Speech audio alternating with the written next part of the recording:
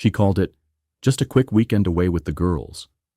Said it lightly, breezily, as she stuffed clothes into a small duffel bag. Her voice was casual, almost airy, but something in me clenched as I leaned against the doorway. Not a gut punch exactly, but more like a slow tightening, an accumulation of little things that had felt off.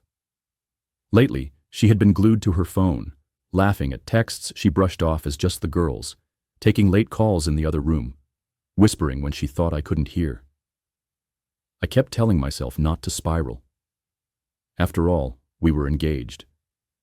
We were building a life together. Doubting her felt like doubting us. She kissed me goodbye, a fleeting peck on the cheek, and was out the door before I could even linger on her perfume. Too quick. Everything felt too quick. The apartment fell silent after she left. At first, I tried to drown the unease with chores, with work. But the quiet was deafening, every corner echoing with doubts I couldn't shake. I kept pacing, replaying our recent conversations, scouring them for clues I didn't want to find. Then, purely by accident, or maybe not, I stumbled on something. I was emptying the laundry basket when a scrap of paper slid from her jeans pocket. A receipt. My heart jolted. A hotel. A luxury resort 3 hours away. The date stopped me cold. Last month. She hadn't gone anywhere last month.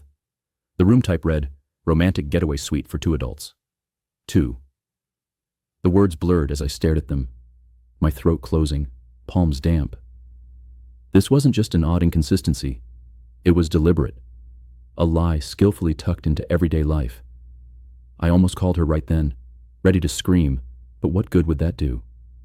She would deny, deflect, spin. No. I needed the kind of answers she couldn't twist. Her phone sat on the nightstand, locked but not beyond me. My conscience faltered for half a second. Then betrayal shoved it aside. Within minutes, I found the app she had mentioned weeks ago, where she and her friends supposedly tracked bookings. My chest hollowed out as I scrolled through. Multiple trips, same resort, same suite, same lie, over and over again. One detail made my stomach turn. The bookings weren't even in her name. Each was tied to another name, not fake, real, a man's name. The phone buzzed then. A message lit the screen. Missing you already. Can't wait for next weekend. Just the 2 of us. My world slid sideways.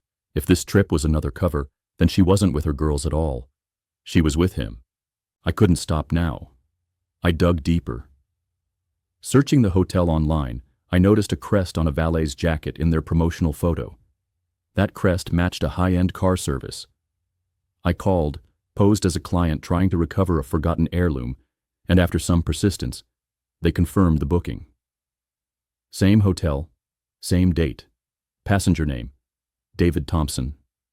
The name hit with brutal finality, real, tangible. The man my fiancé had built this hidden life with. Anger and heartbreak twisted together until I could hardly sit still. I needed to see. To catch her in the lie without escape routes. Within the hour, I booked a flight and headed straight to the resort. I camped in the lobby, waiting, watching. Hours crawled by. And then, there they were. She walked out of a private bungalow, smiling, her hand entwined with a tall man in sharp clothes. David Thompson. She laughed at something he whispered, a laugh I hadn't heard from her in weeks. The sight shredded me. It wasn't some fling. This was intimacy. A relationship. Another life she had built alongside mine. I couldn't confront her there. Not in his arms, not where she could spin the story. I flew back, seething, heartbroken, waiting for her return. I spread the evidence across the coffee table, the receipt, the screenshots, proof she couldn't talk her way around. When her key finally turned in the lock, I sat in silence. She stepped in, humming, duffel bag swinging at her side. The moment she saw me, the tune died. Her smile faltered. "You're home early?" she stammered, eyes flickering nervously. I didn't move. I didn't speak. I just gestured toward the table. Her gaze dropped, her face drained of all color. Panic flickered. "What is this?" she whispered, though the defeat in her eyes told me she already knew. "It's the truth," I said, steady despite the storm inside. "The truth about your girls' trips. The truth about David Thompson. The truth about our engagement.